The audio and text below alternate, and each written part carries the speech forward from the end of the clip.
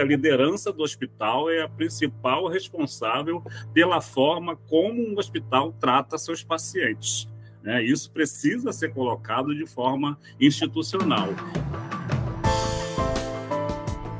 Hoje nós passamos por um movimento de pluralidade muito grande, de abertura de várias questões da diversidade e que precisam ser entendidas não só como questões chatas de se aprender hoje, como se o mundo tivesse ficado chato. Não, o mundo se abriu, novas formas de existir que já estavam aí, estão escancaradas e nós precisamos aprender a lidar com elas e principalmente todo o sistema público e privado de saúde.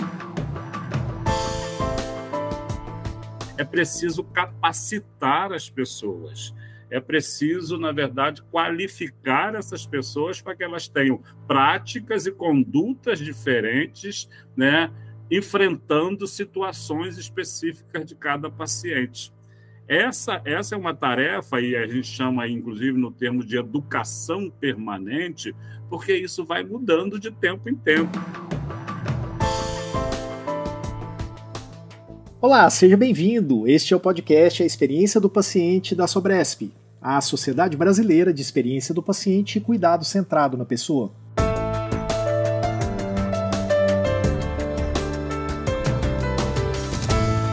Este é o episódio 6. Hoje você ouve a primeira parte de 2, em que vamos abordar temas ligados a cuidados com a comunidade LGBTQIAPN+.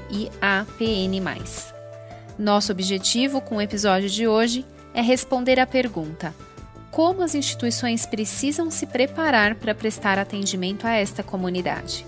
E ao abordar esse tema, a Sobresp cumpre o seu propósito de ampliar conhecimento, enriquecer o debate e contribuir para a construção de um sistema de saúde mais inclusivo, mais diverso e que proporcione uma experiência positiva ao paciente, independentemente da sua orientação sexual ou identidade de gênero. E os convidados de hoje, a Carla Ledo, diretora científica da Sobresp, explica como se chegou a estes nomes. Cristina, a Sobresp já abordou o tema equidade, diversidade e inclusão, mas especificamente para este podcast, nós queremos abordar o tema sobre os cuidados à saúde da comunidade LGBTQIA+. E para isso nós pensamos em 2 aspectos. Um aspecto legal, de como as instituições estão preparadas para este cuidado, baseadas nos direitos a essa comunidade, mas também em relação aos cuidados de segurança e um cuidado de qualidade. Para isso, nós pensamos em 2 nomes, em 2 pessoas que são referências hoje no mercado, que é a Cíntia Barcelos, que é advogada e especialista em direito LGBTQIA+. E o Heleno, que é representante aí, é uma referência quando o assunto é qualidade e segurança, e ele é o superintendente do Consórcio Brasileiro de Acreditação. Então, ambos vão trazer dentro dos seus olhares, dentro das suas práticas diárias, como as instituições de saúde precisam estar preparadas para atender a comunidade nos aspectos legais, de qualidade e segurança, entendendo a importância do cuidado às necessidades e também com foco no cuidado à pessoa. Este é o nosso grande propósito, trazer o olhar para as instituições de como nós devemos cuidar destes pacientes. Então conheça agora os nossos convidados de hoje.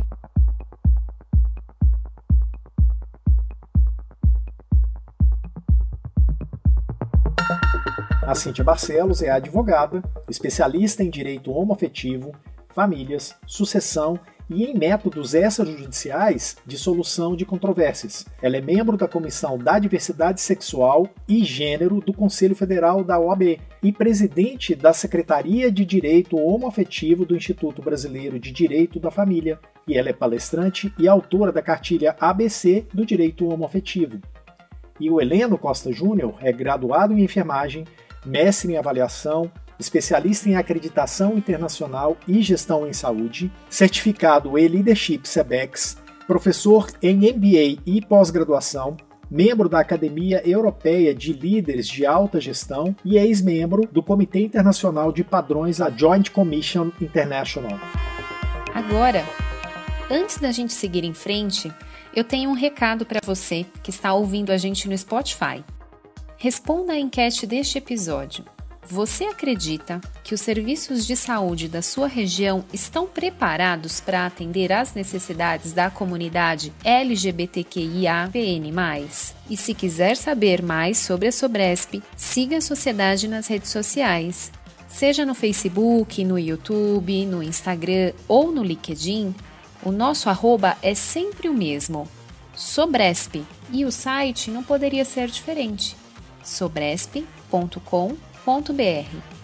Só lembrando que o Sobresp é com X, ok? É isso aí, vamos começar? Então vem com a gente, eu sou o Pedro Fonseca. E eu sou a Cristina Zerbinati e é um prazer fazer parte deste episódio.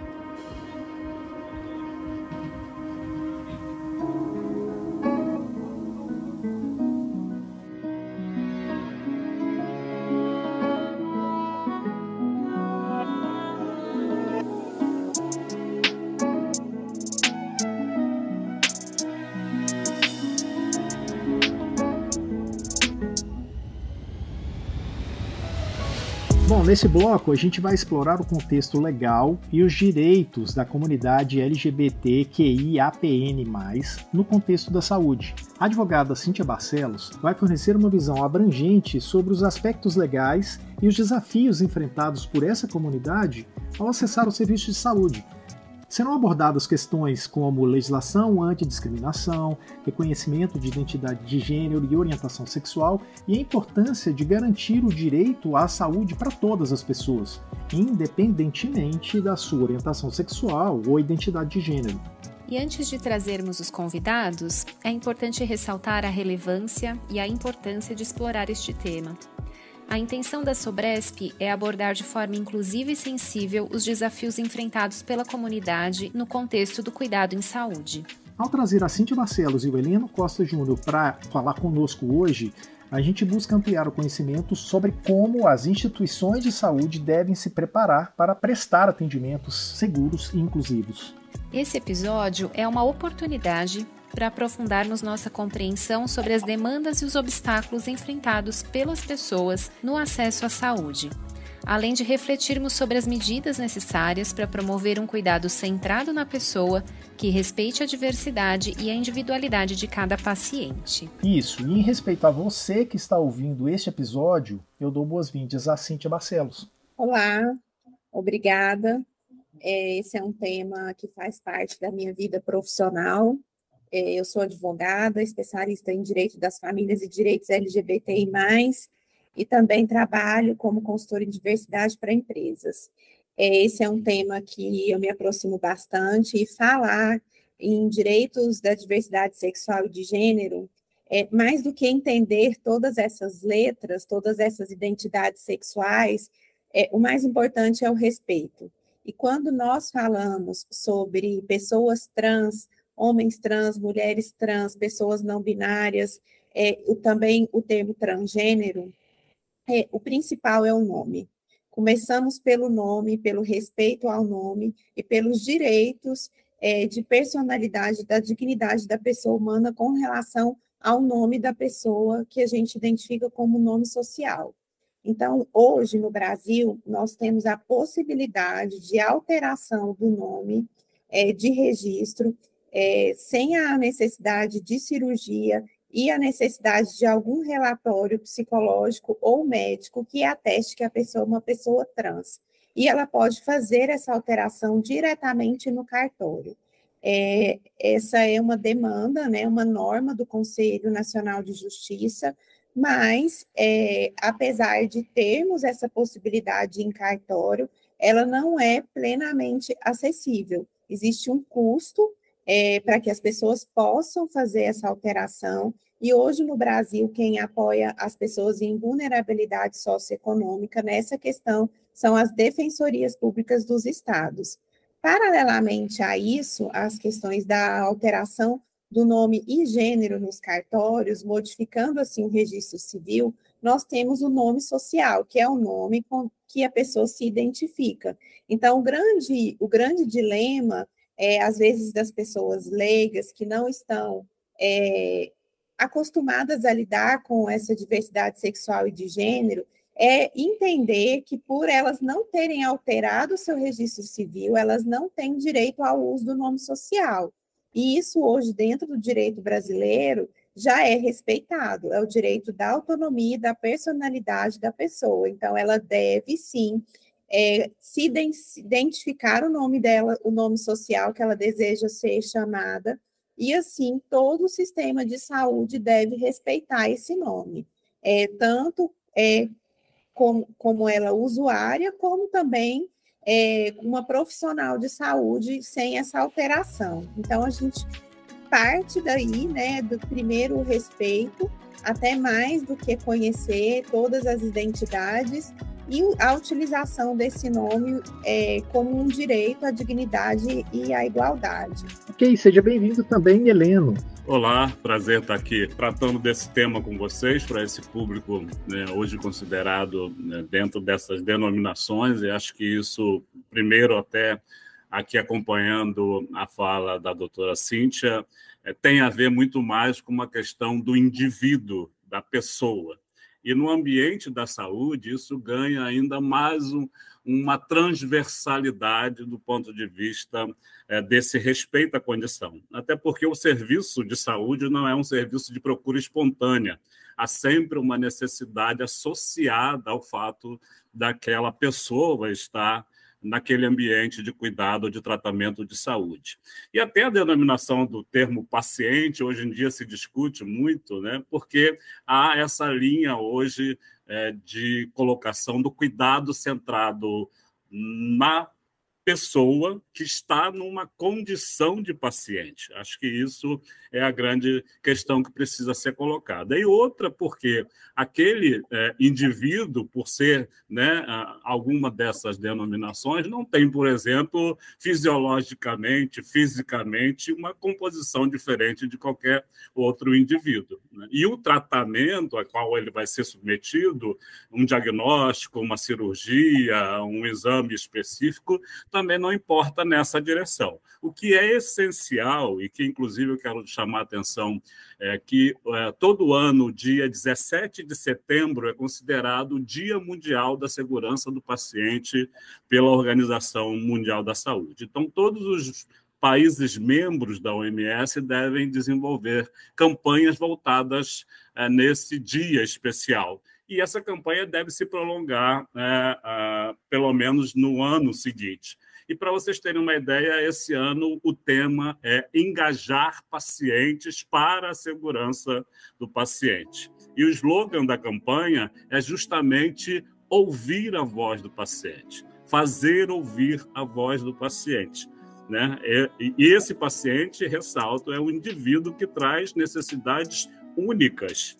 E hoje o que a gente tem enfrentado, talvez mais difícil em relação a essa questão do respeito, é justamente o comportamento das pessoas, e aí eu coloco dos profissionais de saúde frente a essa condição, essa identidade ou essa denominação, condição dessa pessoa.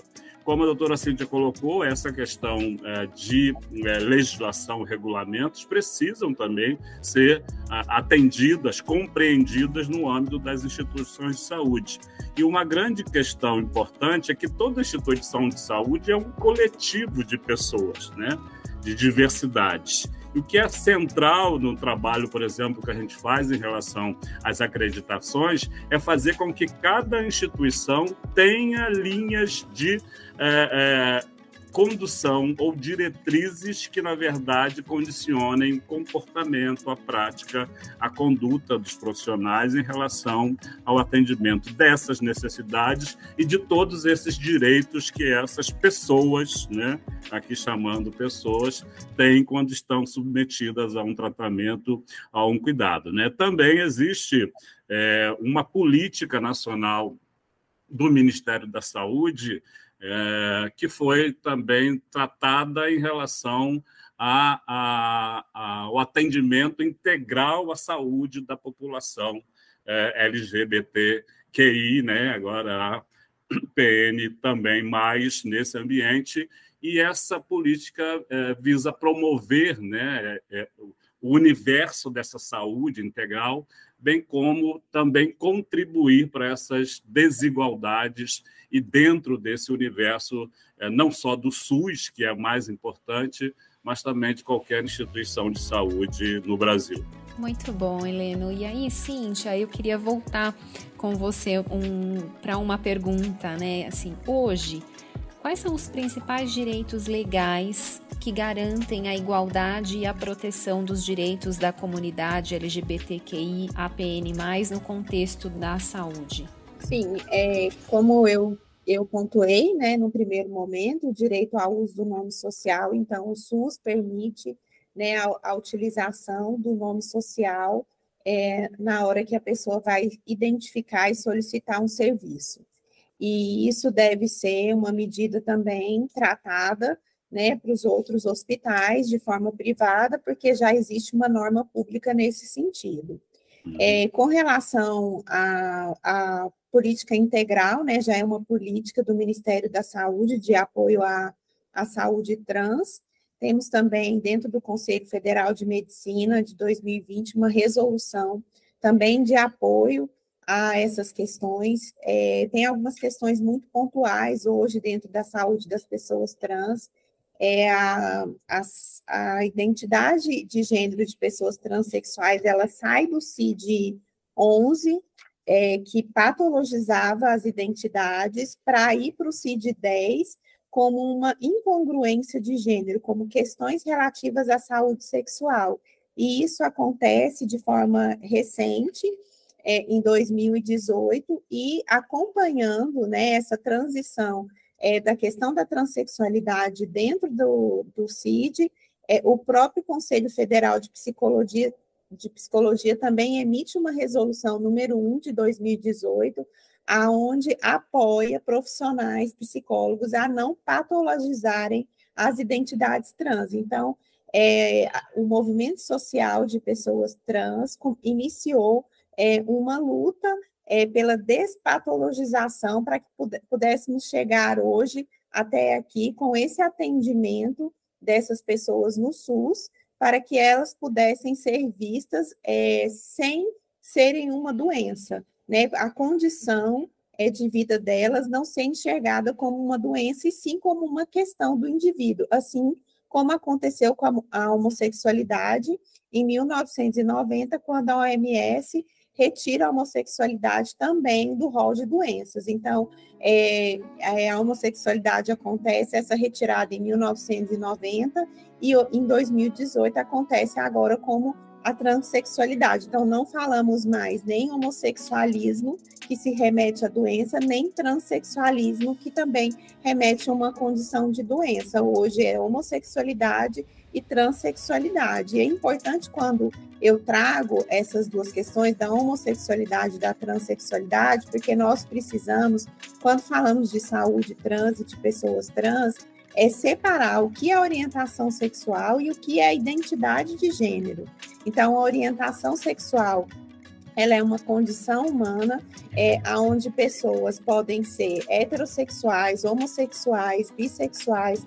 Hoje já falamos em pessoas pansexuais, assexuais e assim por diante. Então, essa é a forma que as pessoas se relacionam afetivamente ou sexualmente com o indivíduo. Elas costumam estar alojadas ali, quando a gente fala, né, das questões assim, visuais, a gente trabalha com biscoito do gênero, com bonecos do gênero, e ela está alojada ali no coração, né? Então, a orientação sexual é com quem eu me relaciono afetiva ou sexualmente. A identidade de gênero, sempre nessas ilustrações, está no cérebro da gente, é como eu me vejo, né? A que gênero eu me identifico, né? Então, eu sou uma pessoa cisgênera, Cíntia, heterossexual. Então, a minha identidade de gênero, ela é cisgênera porque ela coincide com o meu órgão genital. E eu me relaciono com pessoas heterossexuais. Então, uma pessoa transexual, a identidade de gênero dela, como ela se vê aqui na cabeça dela, no interior dela, é diferente do sexo que foi lhe atribuído ao nascimento. Então, ela é transgênero. Então, cisgênero é identidade e órgão genital conforme, e transgênero é uma identidade de gênero disforme, desconforme com o sexo atribuído ao nascimento. Então, por isso que nós temos que separar essas questões, que são questões que elas caminham juntas, porque todos somos pessoas, e nos relacionamos ou não com outras, né? Que aí entra a categoria de pessoas assexuais, que elas podem se relacionar afetivamente com uma pessoa e não sexualmente. Então, são várias várias formas da pessoa exercer a sexualidade dela, né, que relativas à orientação sexual, e a identidade de gênero é como eu me vejo, a que gênero eu me identifico. E aí, a partir de todas essas identificações que foram construídas, né, a sigla LGBTQIAPN+. Então, hoje quando a gente fala de orientação sexual, as letrinhas que se referem à orientação sexual o L, o G, o B, o A de assexuais e o P de pansexuais. O T, o Q de queer e o I de intersexual se refere às questões de identidade de gênero. Lembrando que o I se refere às pessoas intersexuais, que são pessoas que têm características sexuais não conformes com o binarismo, não nasceram biologicamente identificadas como homem ou mulher. E aí existe essa luta das pessoas intersexuais. Nós falamos que a luta por direito das pessoas transexuais é o direito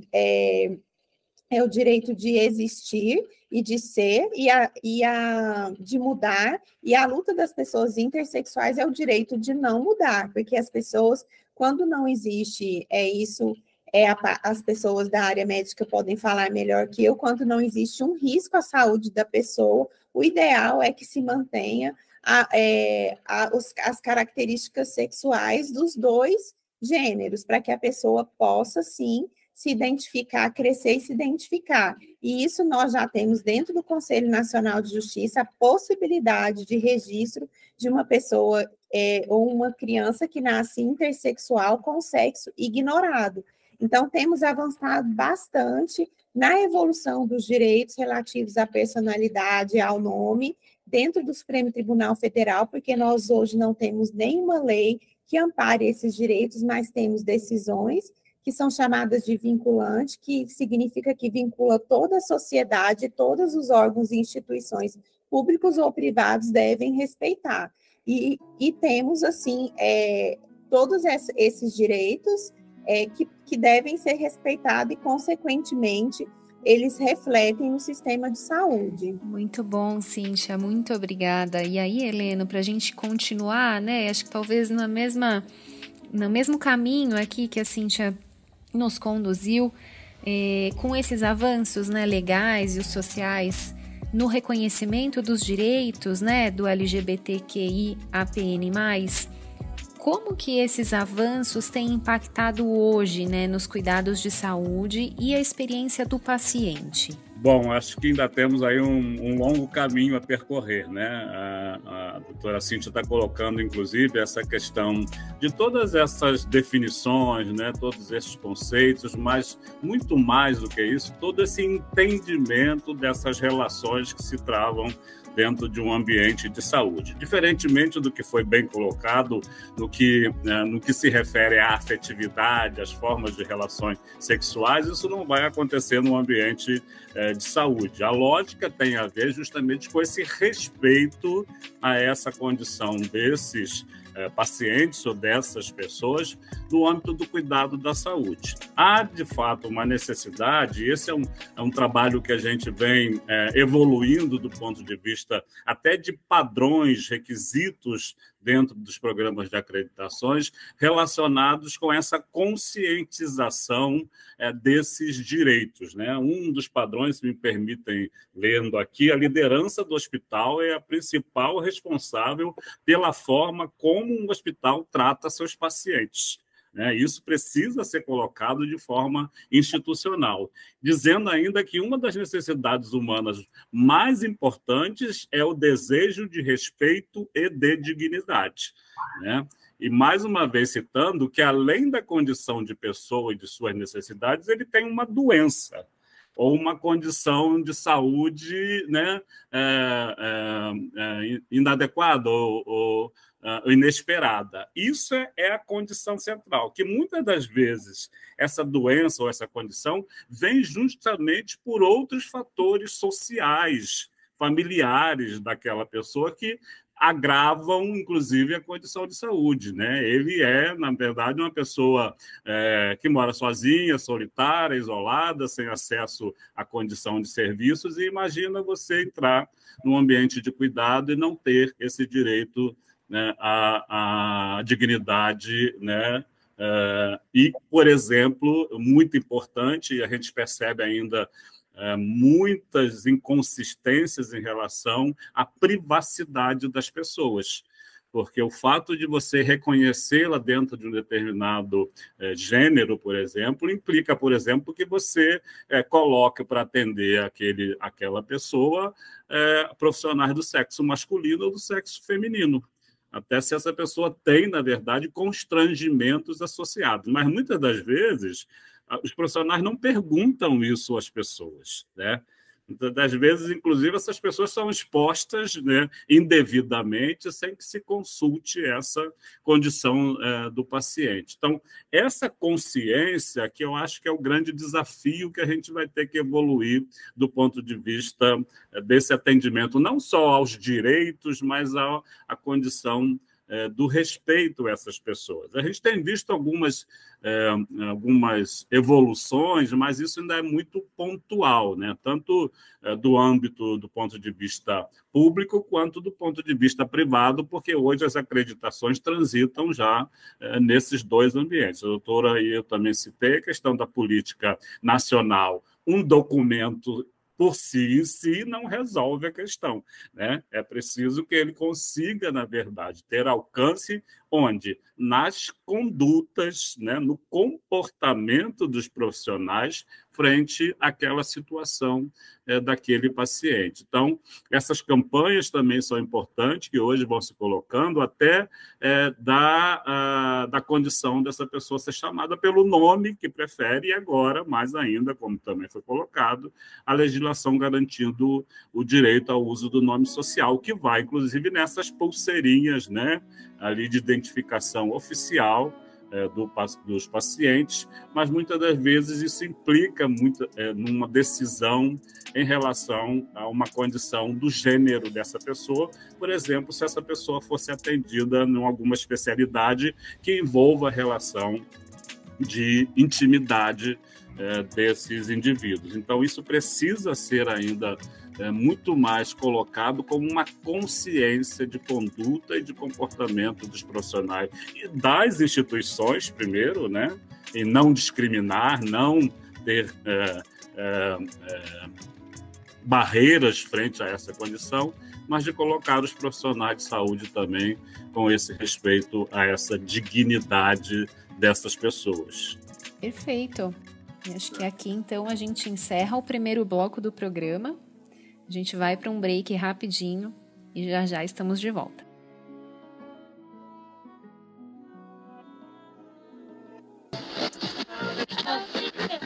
Vem aí o Congresso Brasileiro da Sobresp, que vai ser realizado em 16 e 17 de novembro de 2023. Serão 2 dias inteiros com discussões, estudos, aprendizados, painéis interativos e speakers nacionais que vão abordar a experiência humana na rede pública do Sistema Único de Saúde, o SUS. Prepare-se para construir e disseminar a experiência do paciente nos dias 16 e 17 de novembro. O primeiro Congresso Brasileiro da Sobresp vai acontecer no Hospital Sírio-Libanês, em São Paulo. Fique de olho em nossos canais de comunicação para saber como se inscrever no evento.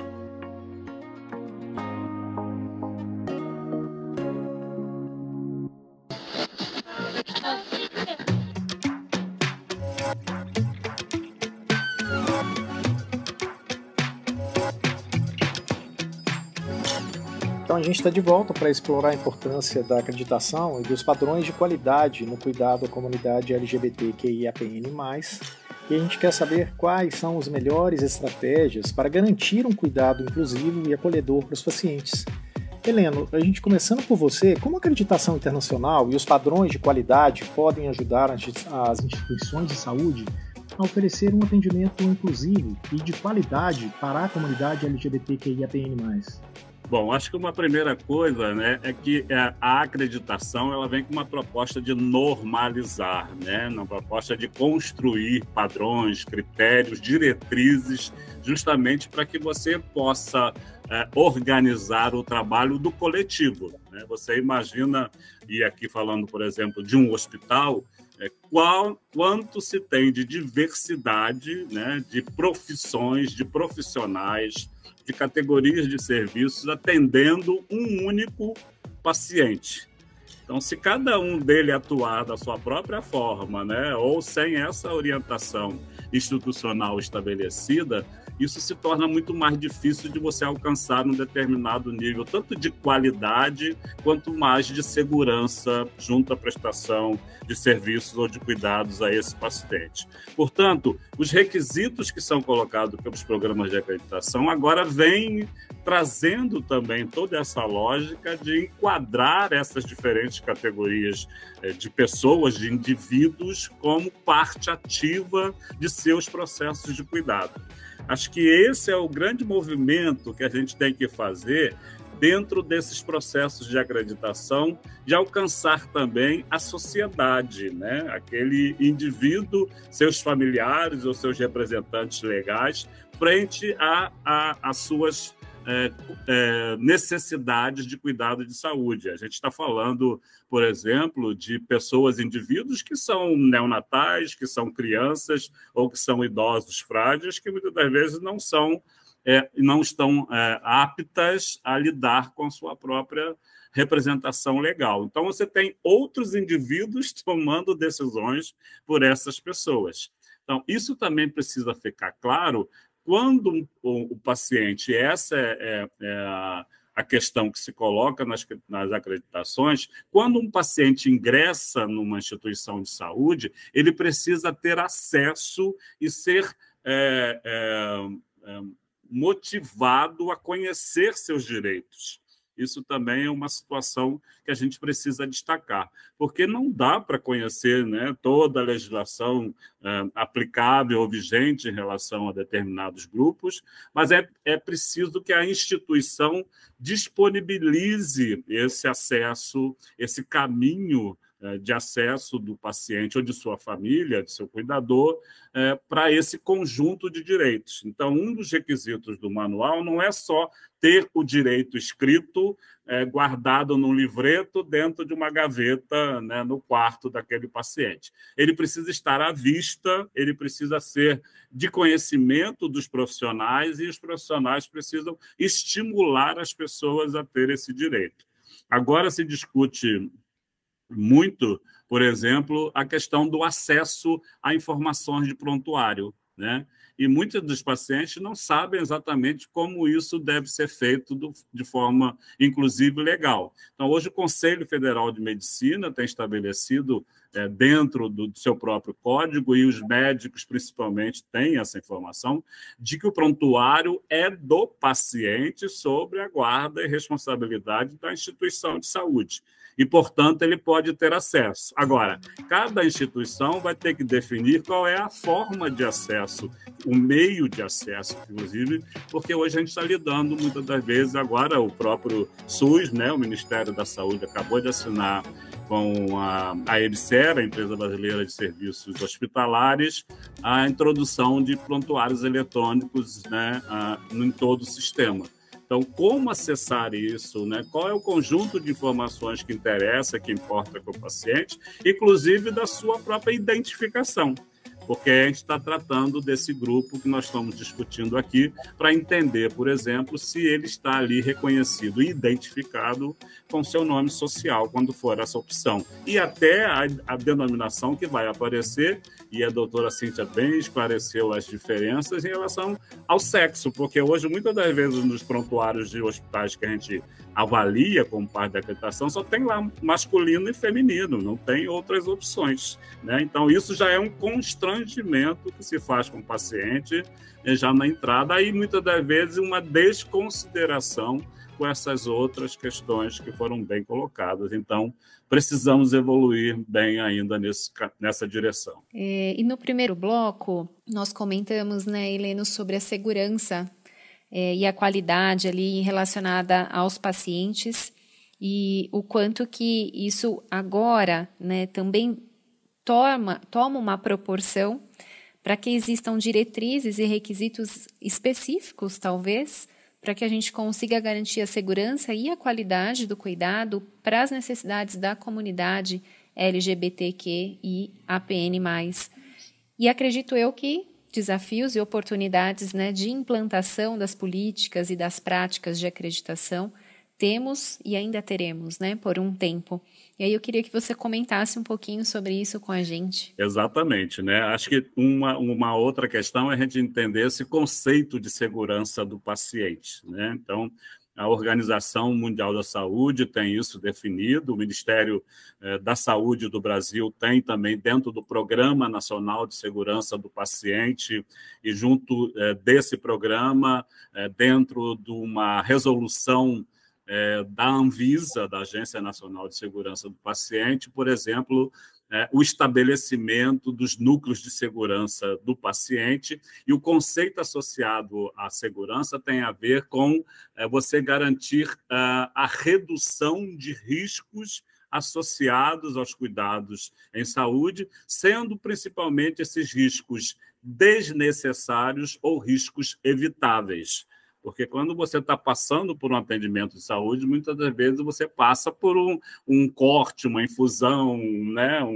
uma cirurgia que, obviamente, tem riscos associados, mas muitas das vezes a cirurgia vai no órgão errado, uma amputação de membro errado, uma administração de medicamento errado, e isso muitas das vezes acaba, inclusive, de forma letal, causando a morte de pacientes. O que ainda acho que também é uma evolução nesse caso, porque, como eu comentei anteriormente, independente dessa questão, dessa identidade desse indivíduo nesse grupo, ele é fisicamente, fisiologicamente igual, exceto para aqueles grupos, como foi bem colocado muitas das vezes, e até é muito importante essa informação de que agora vai se caminhar até para a questão da informação sobre o gênero ou não, né, desse indivíduo no nascimento, mas são situações mais raras. O que eu quero colocar é que ainda não se está, por exemplo, relacionado em termos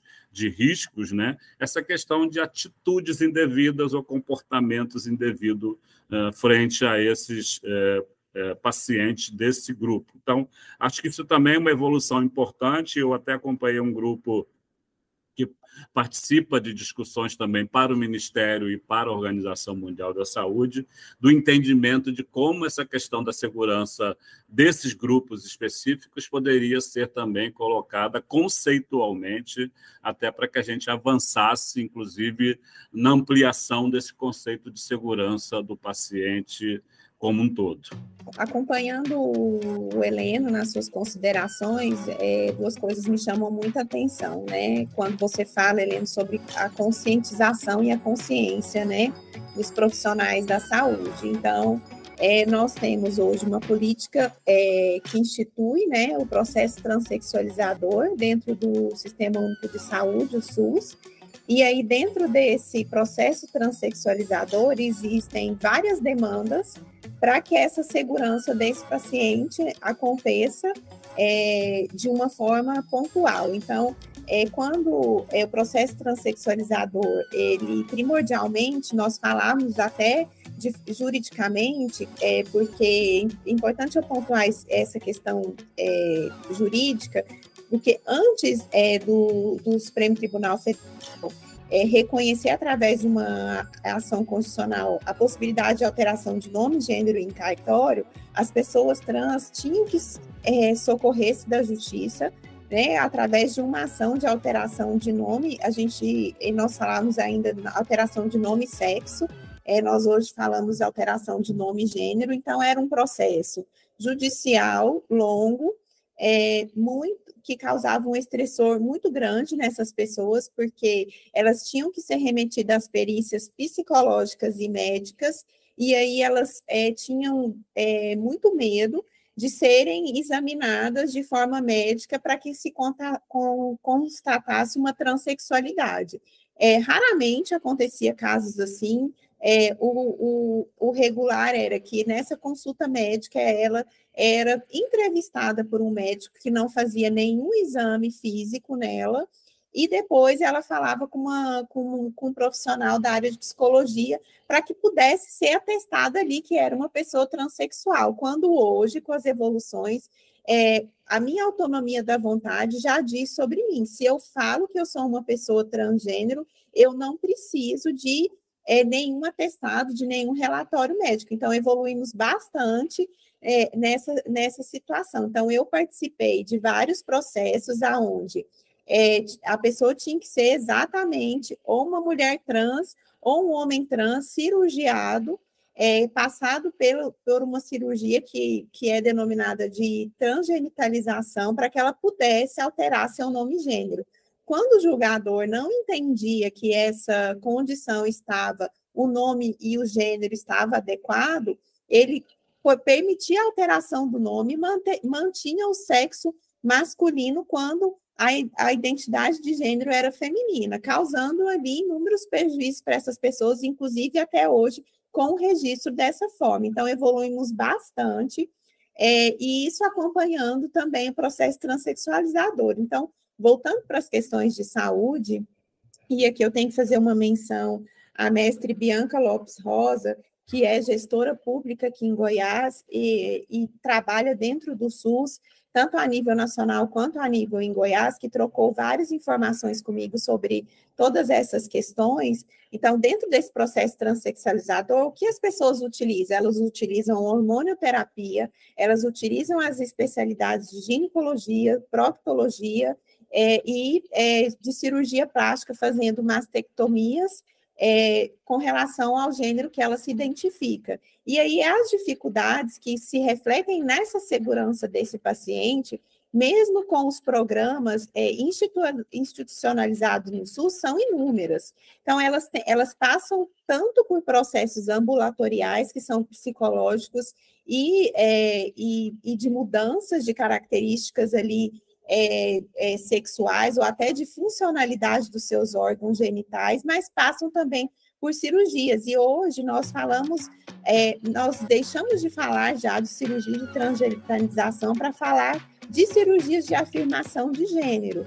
E aí o SUS lida hoje com essa dificuldade das regulamentações, porque quando uma pessoa acessa o sistema, ela acessa o sistema geral, e aí existe uma dificuldade nesse encaminhamento para os ambulatórios, lembrando que não são todos os estados do Brasil que têm ambulatórios que atendem pessoas trans.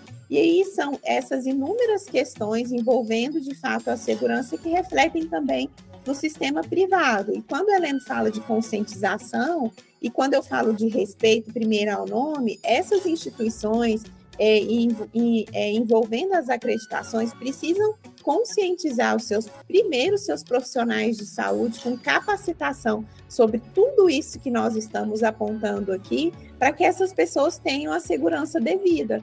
Porque mesmo que o Heleno também pontuou que são questões fisiológicas comuns a todas as pessoas, com o diferencial de serem pessoas transgêneras. Então, o médico ele é habilitado para tratar qualquer pessoa, mas ele não está, infelizmente, habilitado hoje, a grande maioria, a tratar essa pessoa com devido respeito, fornecendo para ela a segurança necessária.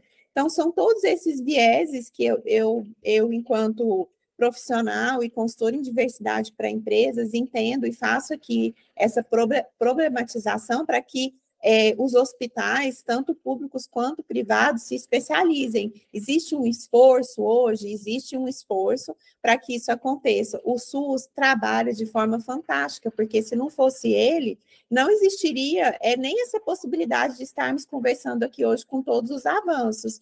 E aí vem as falhas, e da onde é a minha escuta, porque como eu trabalho diretamente com inclusão de pessoas LGBTQIAPN+, em projetos sociais de empregabilidade, eu tenho essa escuta dessa dificuldade de acesso ao programa, de pessoas que saem lá do Acre e vêm para Goiânia, que estão aqui há 2 anos e até agora não conseguiram, né, se adequar ao processo transexualizador. E isso e qual que é o problema maior disso tudo? O problema maior é que quando as pessoas não conseguem o acesso à saúde, elas passam a utilizar medicamentos sem prescrição médica, fazerem a hormonioterapia e até fazerem, às vezes, cirurgias de forma não segura, porque é uma necessidade tão grande dessa afirmação de gênero intrínseca à pessoa que ela acaba utilizando-se do mercado, às vezes, negro para adquirir hormônios,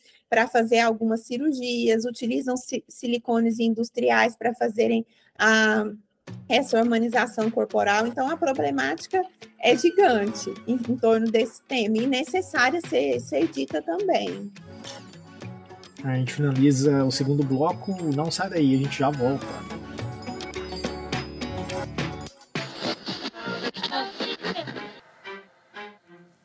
Que tal conectar a sua marca a um público qualificado e interessado em saúde e bem-estar? O podcast A Experiência do Paciente da Sobresp é a plataforma perfeita para falar direto com quem quer te ouvir.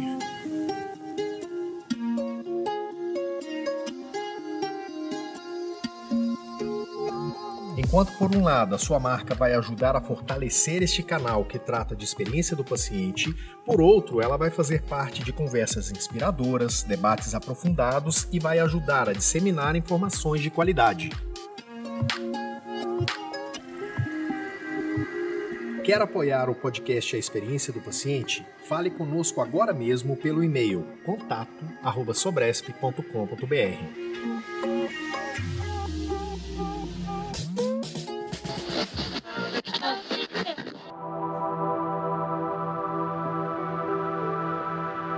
Estamos de volta.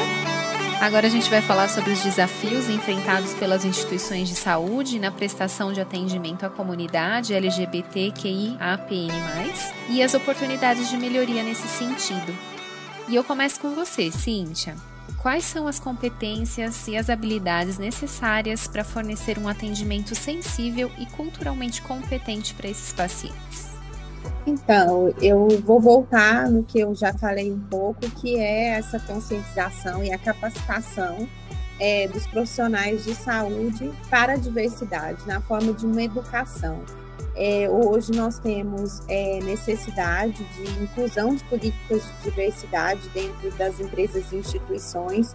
Então, a partir da implementação dessas políticas, criarem ações direcionadas a esses profissionais para que eles possam desconstruir e demitir preconceitos. Eu tenho uma cartilha que chama Demitindo Preconceitos, que traz conceitos para as empresas se adequarem e entender todo esse sistema de direitos e siglas que nós estamos falando, e a partir dessa desconstrução de muitos vieses que carregamos, de crenças, de questões religiosas que impactam também no cuidado do paciente, da saúde, para que as pessoas possam estar ali prontas a receber, de repente, uma mulher lésbica dentro de um consultório de ginecologia que não vai fazer o mesmo exame que uma mulher heterossexual, entender todas essas especificidades necessárias a todas as pessoas LGBTQIAPN+. Então, não só falando da saúde de pessoas trans, mas falando também da saúde de todas as pessoas, entendendo, trazendo à luz todas essas questões que às vezes ficaram escondidas e, como nós falamos aqui, às vezes não podiam nem ser faladas por muito tempo.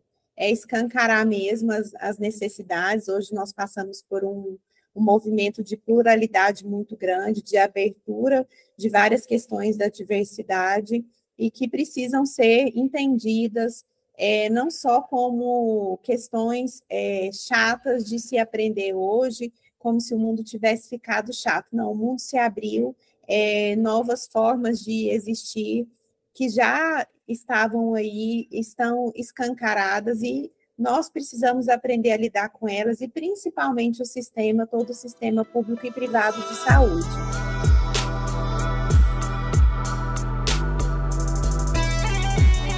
Bom, acho que os desafios são gigantes, né? A gente aí está atravessando ainda um grande oceano para, de fato, chegar a um porto seguro nesse processo. Eu acho que um caminho importante que vem se discutindo agora bem mais aqui no Brasil é esse caminho da experiência do paciente.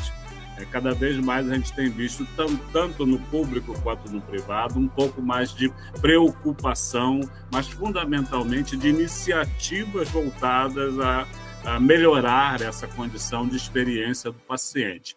E o conceito de experiência do paciente envolve todo esse conjunto de interações que aquele indivíduo tem na jornada de cuidado ou de tratamento dentro daquela instituição de saúde, e mesmo assim o que ele vai levar tendo terminado aquele cuidado pontual, mas para a sua vida dali para frente. E, obviamente, que uma preocupação em relação a isso é que a instituição de saúde ela precisa desenvolver, né, estabelecer estratégias, diretrizes, como eu citei anteriormente, do ponto de vista institucional. Isso não pode ficar na mão de cada profissional no determinado momento. E, para isso, eu reitero aqui o que a doutora Cíntia colocou, é preciso capacitar as pessoas.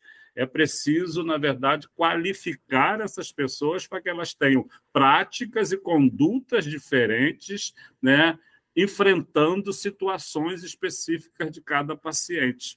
Essa é uma tarefa, e a gente chama, inclusive, no termo de educação permanente, porque isso vai mudando de tempo em tempo. A gente vai vendo a própria denominações que vão aparecendo na sigla, que vai se ampliando cada vez mais, e hoje a gente ouviu aqui explicações muito claras sobre essas definições.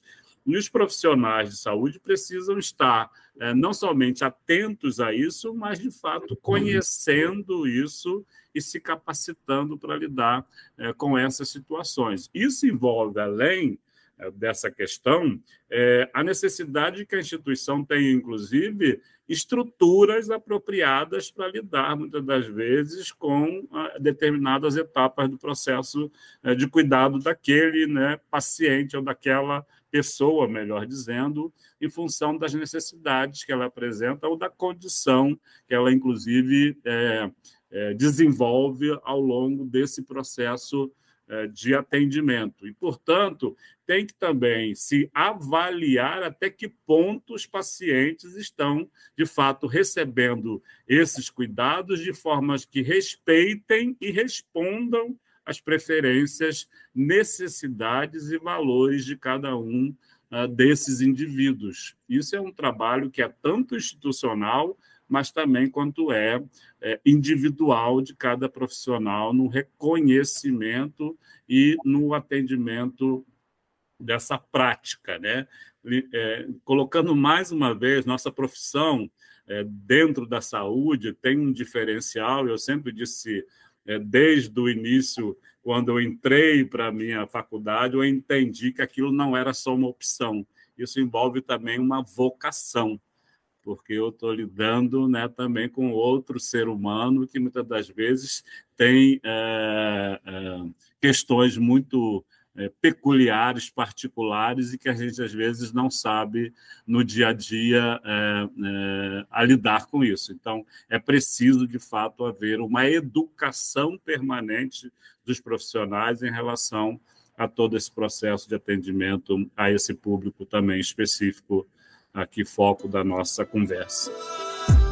Só para complementar a brilhante fala do doutor Heleno, pontuar também o que ele disse, né, sobre a validação das pessoas, sobre o sistema que está sendo desenvolvido para elas. O mais importante, o maior aprendizado é ouvir esses lugares de fala, aplicar medidas de diversidade e inclusão, de capacitações, de educação em prol da diversidade, mas também ouvir as próprias pessoas que estão passando por esses hospitais, para que elas possam dar essa contribuição efetiva, que eu, como mulher cisgênera, não posso falar.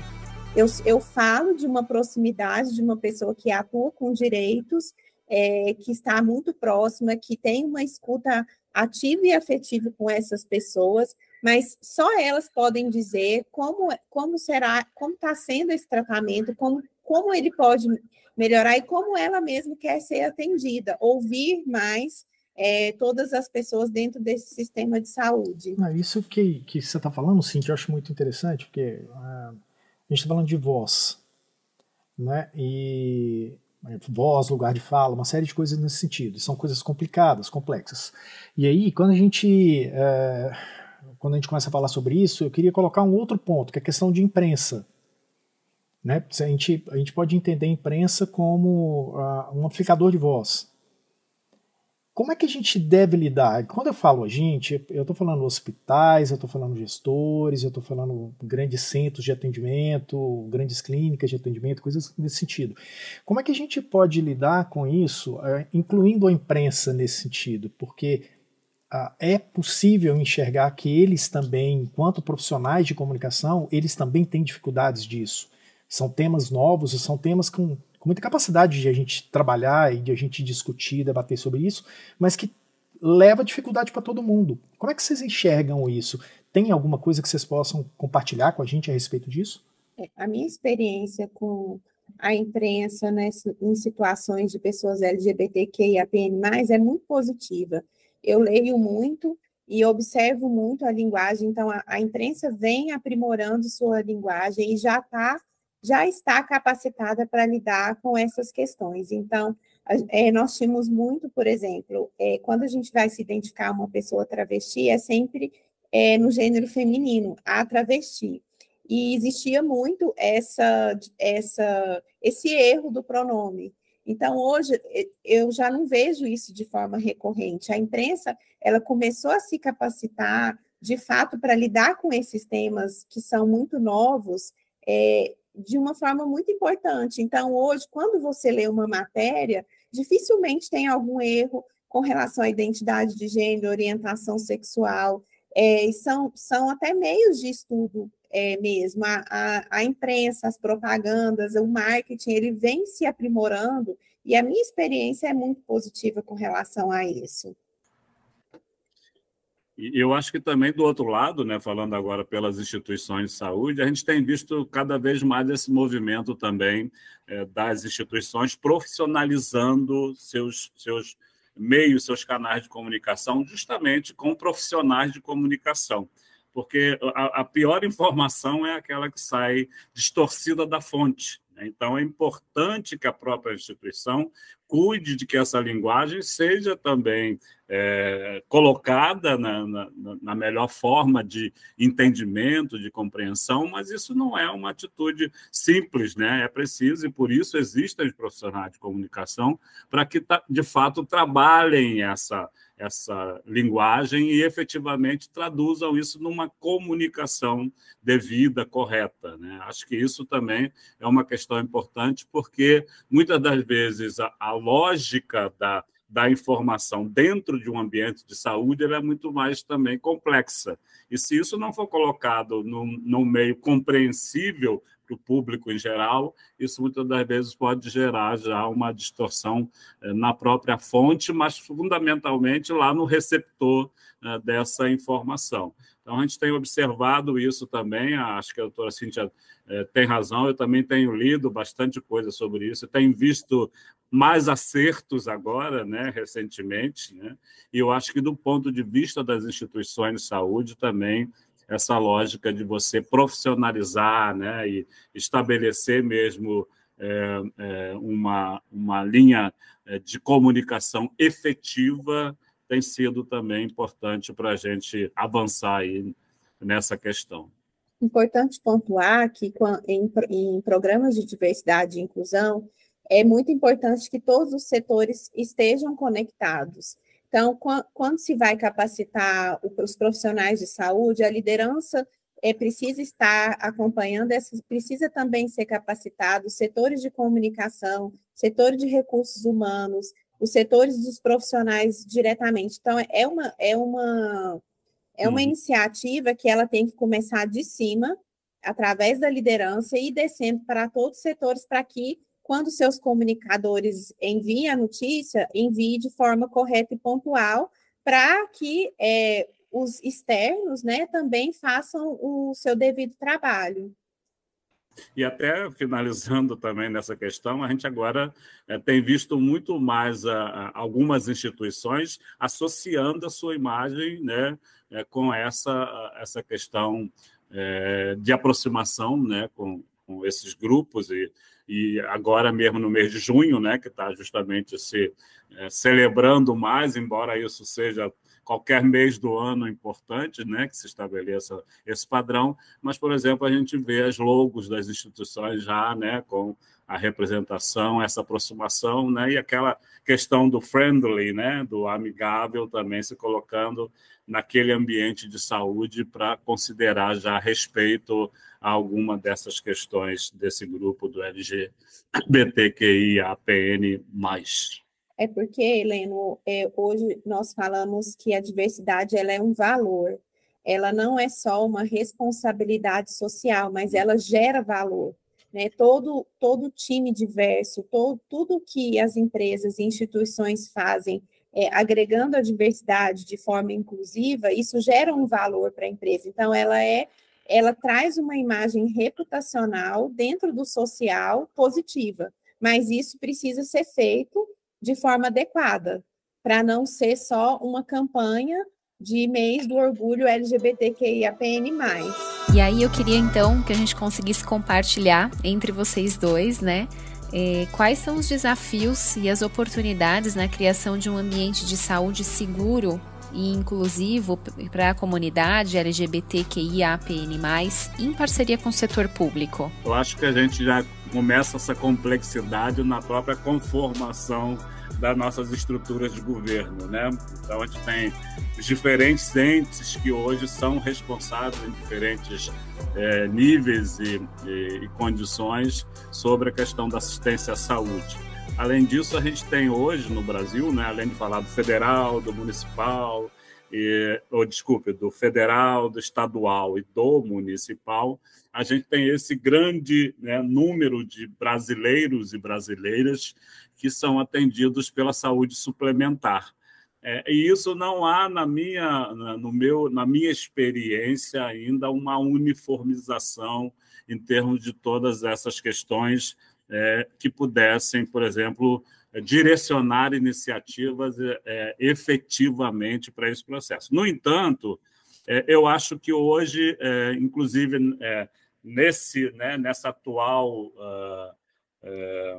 estrutura de governo federal, eu acho que politicamente isso é bem mais favorável, né, a esse grupo, né, não só do ponto de vista do Ministério da Saúde, que é aqui mais o nosso foco, mas talvez a doutora Cíntia possa colocar melhor, dentro do Ministério dos Direitos, né, e isso vem sendo colocado ali declaradamente, né, até com já ações, iniciativas, e isso, obviamente, que vai criando uma cascata do ponto de vista desses processos. Mas ainda a gente vê que, a nível estadual, alguns governos têm politicamente, né, outras linhas de raciocínio ideológico, né, fisiológico também, e isso envolve a necessidade de que se criem diretrizes ou normativas mais a nível federal para que isso, de fato, também alcance, inclusive, o setor privado,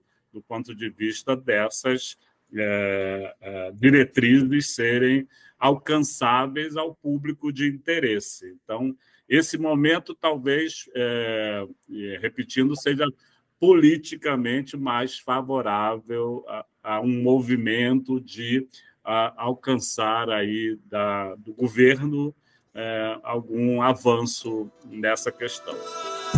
Concordo com você, Heleno.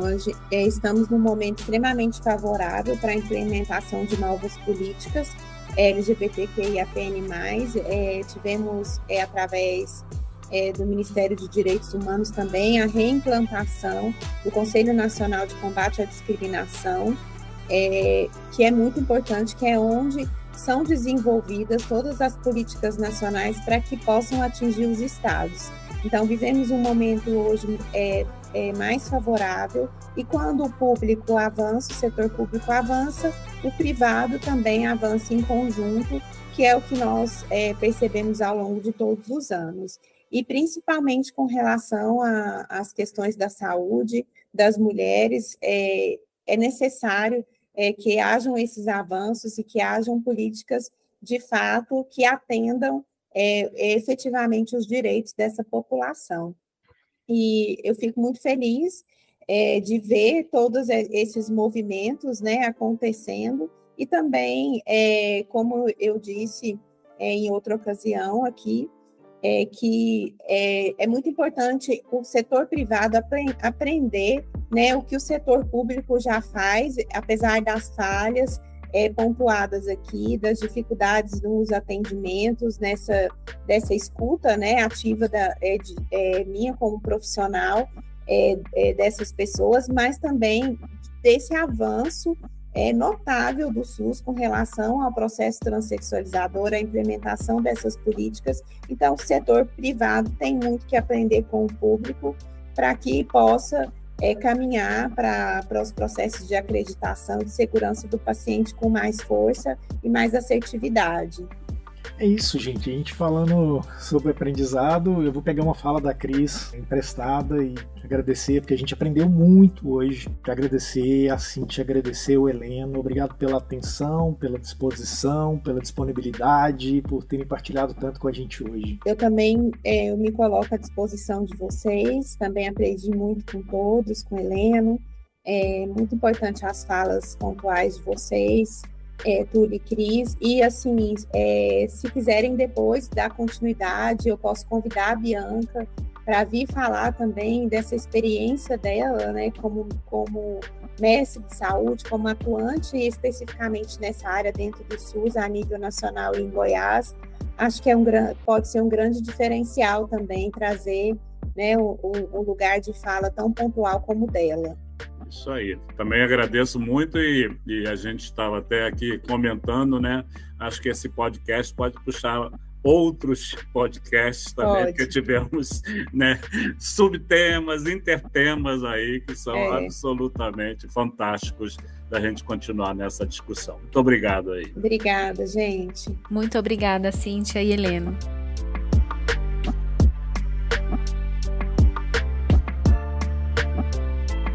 Encerramos este que foi o 6º episódio do podcast A Experiência do Paciente. Hoje a gente procurou responder a pergunta: como as instituições precisam se preparar para prestar atendimentos à comunidade LGBTQIAPN+. E os nossos convidados foram a Cíntia Barcelos, que é advogada, especialista em direito homoafetivo, famílias, sucessão e em métodos extrajudiciais de solução de controvérsias, e o Heleno Costa Júnior, que é enfermeiro de formação, mestre em avaliação, especialista em acreditação internacional e gestão em saúde. E já foi membro do Comitê Internacional de Padrões da Joint Commission International. O podcast A Experiência do Paciente é uma produção da Map2B Planejamento, Marketing e Negócios para a Sobresp. Curtiu o conteúdo de hoje? Então vai lá, compartilhe com as pessoas que você conhece. Tá ouvindo no Apple Podcasts ou na Amazon? Segue a gente por lá. Tá ouvindo na Deezer? Favorita esse podcast. Tá ouvindo no Spotify? Não deixe de seguir, dar 5 stars e fazer um comentário por lá. E aproveite para responder a enquete deste episódio. Você acredita que os serviços de saúde da sua região estão preparados para atender às necessidades da comunidade LGBTQIAPN+? E se você está no Google Podcasts, no YouTube ou no Castbox, favorite a gente por lá. Bom, é isso. Obrigado por hoje e a gente se vê no próximo episódio. Bye, bye. Tchau, gente. Até o próximo episódio.